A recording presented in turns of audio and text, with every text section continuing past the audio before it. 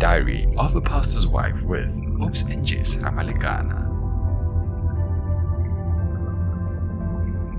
Well, good evening, friends and family. Thank you again for joining us once again in our next episode. This month we'll be profiling women in different areas and spaces just to hear and get their perspectives. And this is going to be exciting, and thank you again for engaging. Thank you for subscribing to our channels. We are just having fun.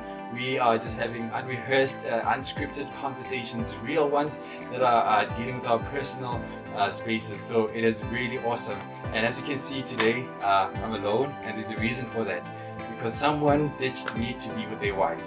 Yes, and that's how it is. So very soon, okay, let me not put a date to it, but there will be someone hopefully next to me when friends, they say when friends are dark, days are few.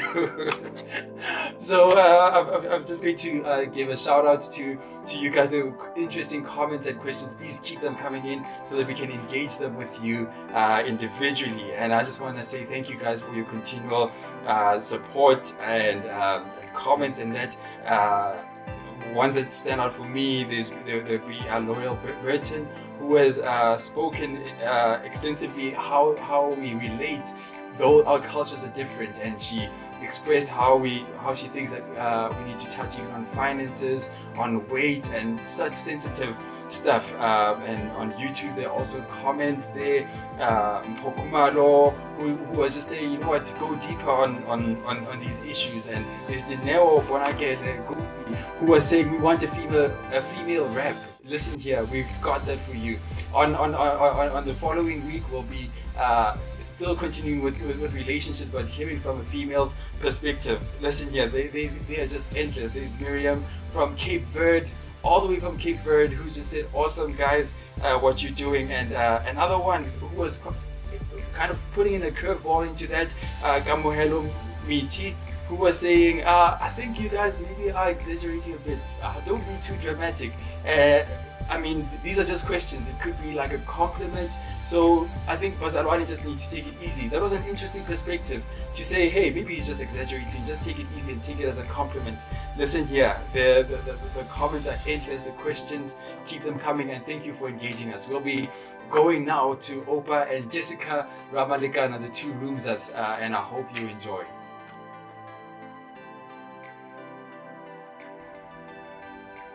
Good evening, ladies and gentlemen. Welcome to another episode in my home. And this time around, I am chilling with my friend, my best friend, my roomza, my roommate. Those who are using an American accent will say my roomie. So I'm chilling right here with Jessica. Jessica, how are you doing? I'm doing well. We are happy to have Jessica here. So guys, please do bear with me if I blush. If you see something that you haven't seen in our previous, just understand that I'm sitting with my best friend here. So Jess, I see there's an upcoming show called Pastor Wants a Wife. And pastors must send their applications or whatever, or those who wants to be married by pastors. What do you think about it? I think the title on its own, it's quite tricky. Pastor Wants a Wife. I still believe, I don't know, but I still believe, and it might sound almost like Date My Family, because he might go out and having to go interview a number of wives. Don't you think so? Sure, but seeing that you are a pastor's wife, what do you think? Do you think this is something that ladies should apply to? What is your advice on it? It's quite tricky, because I know some ladies would love to be a pastor's wife. However, it's great to be a pastor's wife, but it can also be tricky. Especially when it comes to being involved with a pastor. If your personal relationship as an individual, especially on the lady side, sure, it's not right, it could be very tricky being in a relationship with a pastor. She might not be on that space or level where he is. Okay. And being involved with such a person might cause problems in the near future for them. Oh, okay. So it's almost like the Bible says, the unequally yoked things. Yeah, so it's important. Unequally yoked. So it's quite important. Sure. Okay, guys, just to give you a brief background, Jessica is my wife. She is the pastor's wife. As you already know, I'm a pastor. But also Jessica is a pastor in her own right. So it's not necessarily the mom Ruti type of thing. She's also Ruti. How has the experience been being the pastor's wife? I think the greatest joy is that I know what God has called me to. So that did not have any hindrance on me marrying you or falling in love with you. Okay, sure. So I think from the very beginning, I felt like I know who I am and I know what God has called me to. Sure. So me being married to you and me being a pastor has never been such a thing of competition. Okay, sure. Because I know where I am in a lane where God has called me to and where God has called you to. Okay. So I have never seen this being as a problem because I do not want to be you and you do not want to be me. Sure. So there's a big difference, and yet what I always say, it fits in like a glove. Okay. Maybe we will explore that a bit. Do you want to tell our followers, our family on social media, what is your calling? I remember my first encounter was, I always said I do not know, but in my second or third year of college, I came to realize that God has called me more to do ministry for kids. Okay. So that is my passion, that is my calling where God has called me to. That is where I find myself more fulfilled when I am amongst kids, when I have that opportunity to share with them. I have a sense and I have a feeling that kids are always placed on the outskirts, and for me being there and being God's feet and hands at that point in time brings so much fulfilling.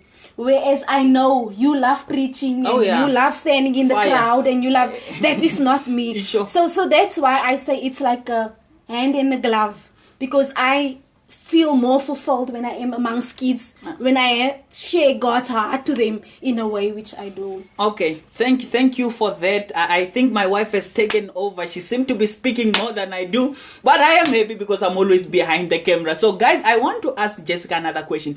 So you are a pastor's wife, right? And we know in our African context, sometimes people get to overlook the pastor's wife or not even to recognize her for some matter and just pay the attention to them. Do you feel like there's some sort of treatment that people are giving you in terms of you and me? Do you feel like we are being treated equal when we are in some spaces? Obviously, there is a sense of him being treated more compared to myself. How do you deal with that? And I think it's something that I had to learn, especially early in our marriage, where we were specifically. It's different dynamics. Where I come from, it's also a different ball game. But I think the sooner you as an individual make yourself to realize that it's not always about you. And obviously, he has been the pastor, so me coming in, I had to respect that. And obviously, like you guys know, the old ladies, it's their pastor. So I didn't feel any competition because at the end of the day, he belongs to me. Oh, okay. I so feel powerful right now. I belong to her. She belongs to me. So speak with me, Jess. In terms of being married to me, right? Do you feel like sometimes you are calling? It's not recognized. Like it's not taken into consideration. Like we have relocated 3 times since we got married, and somehow it has been related to church or something like that. Do you feel undermined in some sort? Or if you answer me, I will ask you the last question. Okay, undermined, that is what you specifically used. And I think I do not feel undermined at all. I think I've just learned early in life to know my place and enjoy myself in that which God has placed upon my heart. So when you use the word undermined, I tend to lean more on to do things that makes me happy than anything else. Okay. All right. Thank you, guys. I want to ask you another question. So you say you feel fine. You don't feel like you are undermined at all. Okay. So what would you advise a young lady who's eyeing on a pastor?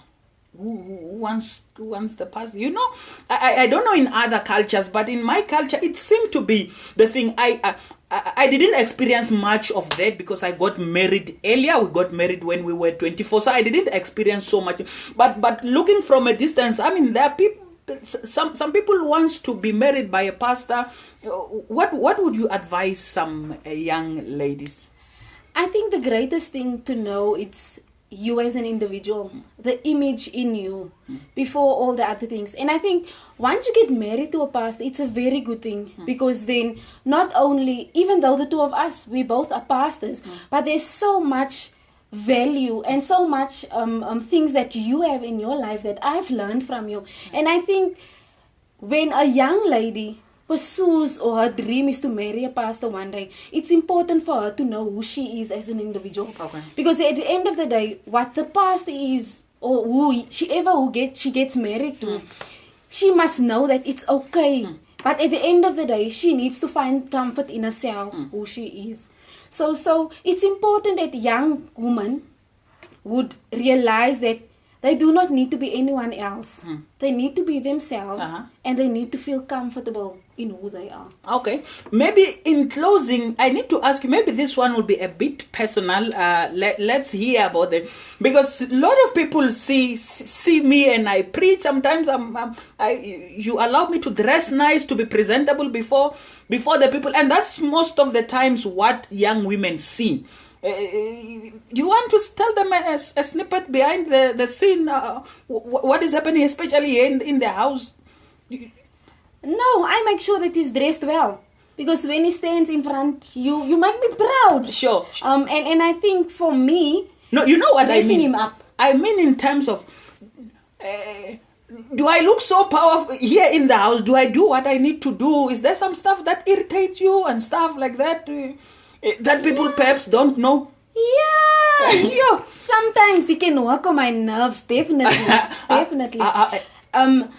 Especially when we have moments of our own, I think, and then I need to tone you but down. Okay. So a few of those, not to mention on camera, but a few of those things then he knows. And I think some of the things you've mentioned before, that I have a look at you or I would show you something. So there's certain things, and obviously I need to make sure that you look good when preaching to people. Thank you. But all you are saying is the good that people always see in the pulpit, it's not always the same. Definitely not. Definitely not. But at least today I washed the dishes. Yeah, he did. He did. Yeah. Okay. So guys, I want to ask you the last question. Maybe this is personal. And this will be our closing question. Why was it important for you to answer your calling? I think there was nothing more fulfilling in me answering God. I think I could have done anything else. I could have pursued anything else. But because, yes, I haven't been a Christian all my life. But I think when I started to walk the journey with Christ and know Him better than I knew as time went, I think He placed the calling strong upon my heart. And me answering and saying yes to Him brought so much fulfilling. And I think we will go into more detail one day when we do our personal testimonies of how I came to accept my calling. Okay. Guys, thank you very much for chilling with us this evening with my one and only Jessica, my best friend. We do appreciate that more sessions will still come with women in ministry, especially this month of August. We'll bring you a series of strong women who have dedicated themselves serving Christ, but also serving other people. So stay tuned. We will have another session next week and the week after with different women who are willing to serve the Lord and share what they are doing for Christ. Amen. With that being said, have a lovely evening. Ciao. Thank you, my friend. Thank you, my friend.